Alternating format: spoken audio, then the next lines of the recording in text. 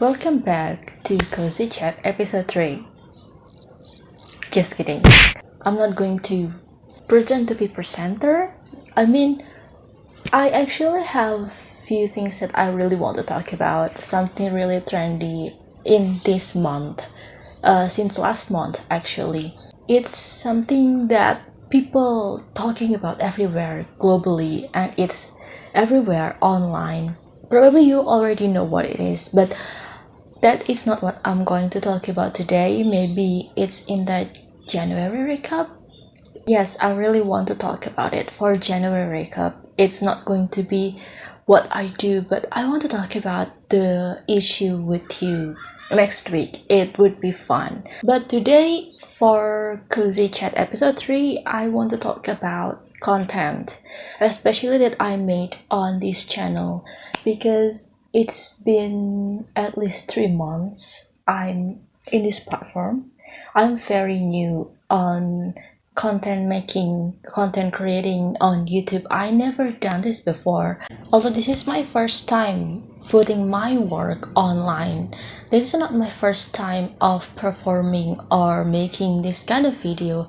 A little story about me.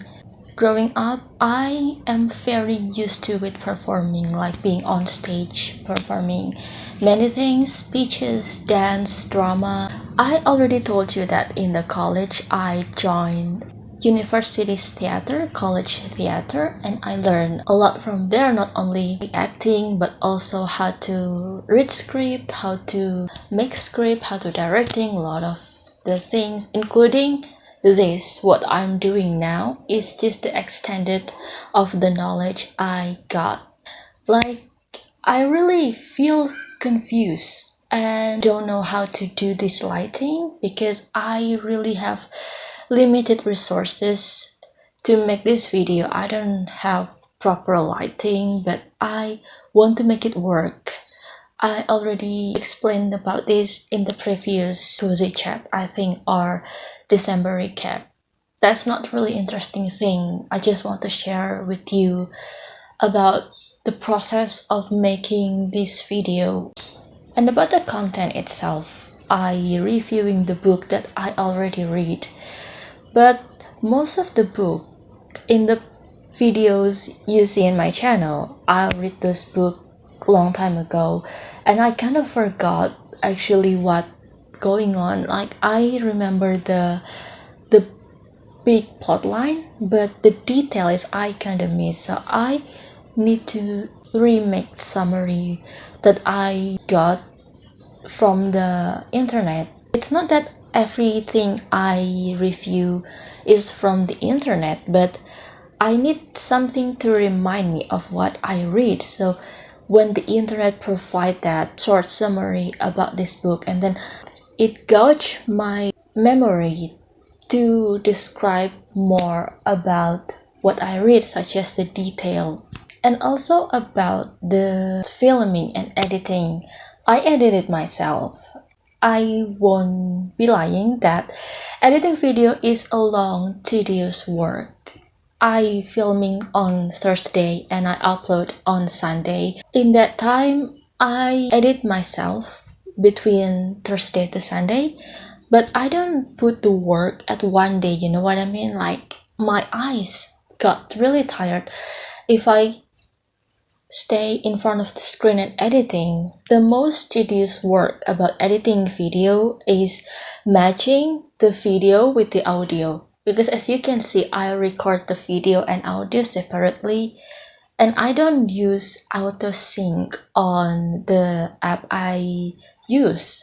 I do it manually, and that is so tedious. I got fed up many times, like, I don't want to do this, but I have to do it. Here's something, I don't know what it called, but when you process doing something and then you judge your work is a terrible, it's not as good as your previous work compared to your own work.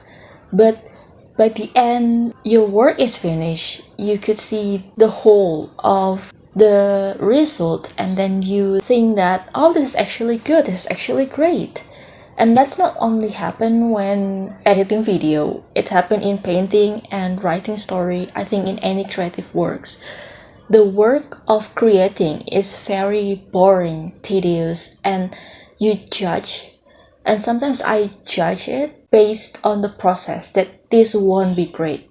But after it finished, I see the result and I see that, oh, this is not actually bad. This is actually good. This is actually amazing. But the process itself is so straining my brain to judge that this is bad, this is terrible. And then about the script that I always bring when I reviewing book, I can really remember everything that I write to convey it on the video. So why do I pretend that I memorize everything? Like I don't even have a, what is it called when the script behind the camera running, I don't even have that, and I don't remember everything that I write on the summary. So might as well I bring the paper with me, the notes. It's okay that I read the notes. I mean, I don't want to pretend that I remember everything or I could handle it the way I should be beyond my capacity. I'm shooting on Thursday. And in the Wednesday, I prepare myself. I prepare the material. I researching the book. I make summary. It's quite the work alone because it's like when you make summary of the book when you are in school, it's like that. That's what I do every week when I reviewing a book. Unless for cozy chat, I don't use any script at all. And this is very important and something I really doubt myself a lot. My English, I know my English is not perfect. There are many grammar errors. I try my best. I'm not saying that my English is really good like a native. I'm not a native English speaker. English is actually my second language after Indonesian. And why I make video in English, not in Indonesian? Because I want to reach more of people globally, Like most of the book I read are international, and the people who read the same book as I read in Indonesia, maybe not much, and maybe I don't even reach to them. But I think beyond the region, if not many people in Indonesia reading the same book as I do, so maybe people outside Indonesia read it, and I want to reach to them. I want to be able to discuss about this book we read. And this is very synchronized to my purpose of creating this channel. I want to reach people who read the same book as I do, and I want to have discussion about it. In the process, I found something more. There are fellow booktubers that reach out to me, and I reach out to them back, of course. It's more than book, it's more like sharing the process of making content beyond the book. And I really hope one day that we could form a community. I don't know how, but I want to meet like-minded people. You know what I mean? I think I'm a bit rambling here because I don't have script. Back to the English. English is not my first language, it's my second language, and I don't use it every day either. I think I do. I think I do use English every day for writing, for talking to myself. Like, you know what I mean? But for communicating with people, with my family, I don't use English. So I'm very self-conscious about my English. Although my friends told me my English is good, but I still very self-conscious, especially about tiny grammar errors. You know what I mean in my video. Sometimes I miss the pronouns like he to she and she to he. That's because I thinking so fast that I don't pay attention on the small errors like that. And after I edit my video, I realized that I actually make those mistakes. And it's kind of ick for me, like, why did I do that? But when I make this video and talking like this, I actually didn't realize that I made that mistake. So I wish I'm fluent at English, And for the filming itself, I'm filming on my phone. My camera is broke, so I could say that I don't have camera and I just filming with my phone. And sometimes I feel upset because the resolution, the quality of the camera, it's pixelized even though I use 1080 quality. But yeah, that's okay. At least it's still look good, right? I can tolerate it until I could get myself a new proper camera for it. Something about content making that I realize many creators have. This is the universal problem. It's the motivation. Sometimes we are tired of the life we actually have outside content creating. Of course, our life is not concerning only on this, and our energy sometimes already drop or running out. That's what happened to me too. Imagining the long process of making video, and sometimes I just don't have energy to do that. And I'm going to be honest, a lot of time I consider to quit YouTube altogether. Like, I cannot do this anymore. I'm so tired. I cannot keep going. But I'm still doing it until now. I don't know why. My own motivation, I don't know if it's motivation or not, but most of the time it's my curiosity. I want to know what happened if I don't stop, if I don't give up. But that could be turned toxic too for me, because it could be I'm extending myself when I'm already tired, and that is not good for me. I need to keep reminding myself that to not forcing myself to do the thing out of curiosity because I'm tired, because I no longer have energy to do that. And now back to the book. From my cozy chat last month, I talking about fixing my TBR, and in the execution it's been slow. I don't read much every day, but I still make time to read and finish one by one my TBR. Starting with Normal People, I just finished this. So in the January, I only finished this and finished watching the series too. Actually, I finished the series first and then the book. So maybe in the future when I reviewing Normal People, it will include series comparison with the book. And for the next book I'm going to finish is Plus One by Elizabeth Fama. I'm already in the middle, so it won't be long. And after that, I think I'm going to read either Narnia, The Voyage of the Dawn Treader, or The Picture of Dorian Gray. Both are very good book. I think I'm going to read Dorian Gray first, because I already read more pages than Narnia. That is update for my TBR. And before I close my video here, I have a question for my audience.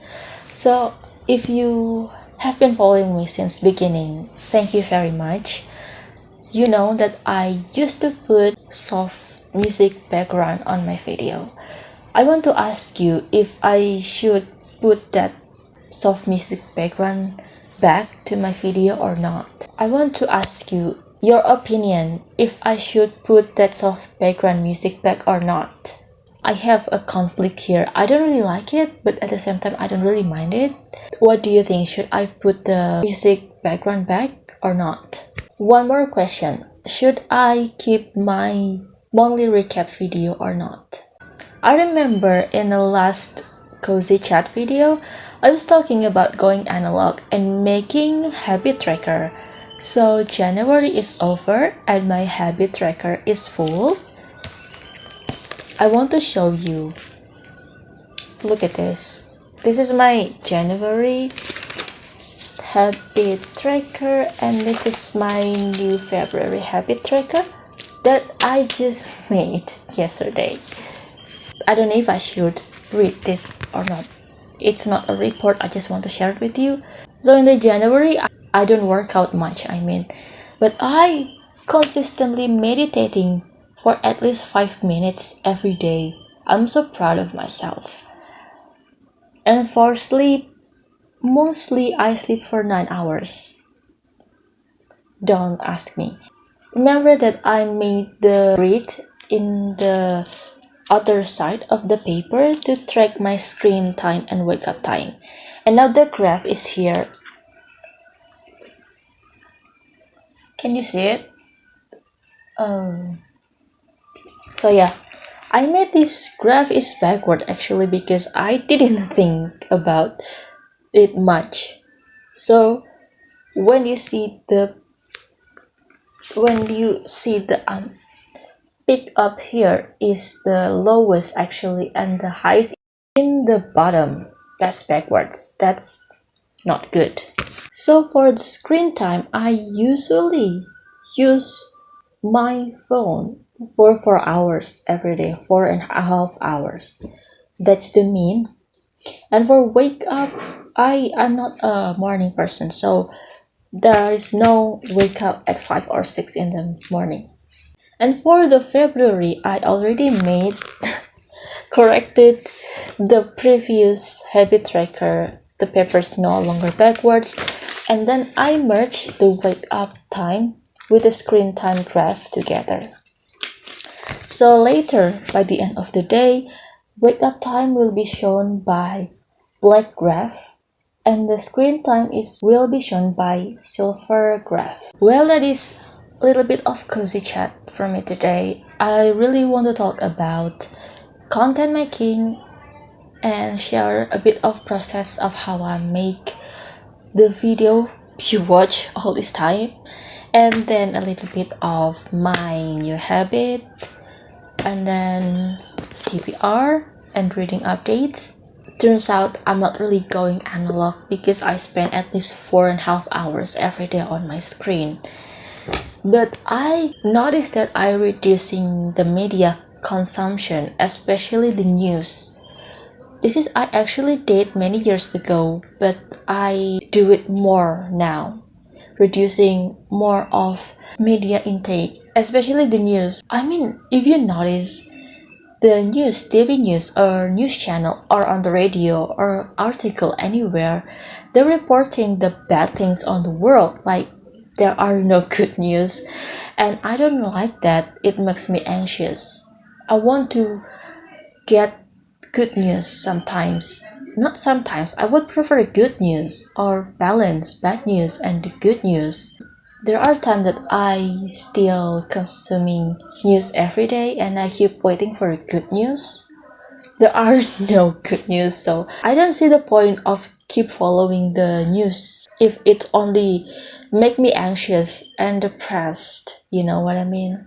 Recently, I found a YouTube channel that only giving good news, and that is such a good thing, although it's not a very important news. For example, they're reporting that some species is no longer endangered and they are successfully breeding that species. And then the significant good news that I got in the past few months, actually I have heard this from quite long ago, for like 2 or 3 months, but then this news is up again. They found a material that could replace plastic, so it's similar to plastic, but it could destroy easily, so it's not going to pollute the ocean like plastic did. I really like Cozy Chat because I don't have to read the script, but at the same time, sometimes I don't know what I want to talk about next. For example, today we are talking about content making, and I jump from gathering material to editing and then to my English. It don't really have structure, and that's kind of made me confused. Sometimes I wonder what I miss, and I don't know if this cozy chat content is really important because my channel is about books, but I want to leave something about me too on this channel, so it's not all about book. It's about the person behind the channel, which is me. Hi. For the next week, the monthly recap, it will be different. I won't talk about myself specifically, but I want to talk about the trending topic that are everywhere on the internet and people talking about this. If you have any recommendation for me to make my channel and videos better, feel free to leave it in the comments. I'll see you in the next week. Goodbye.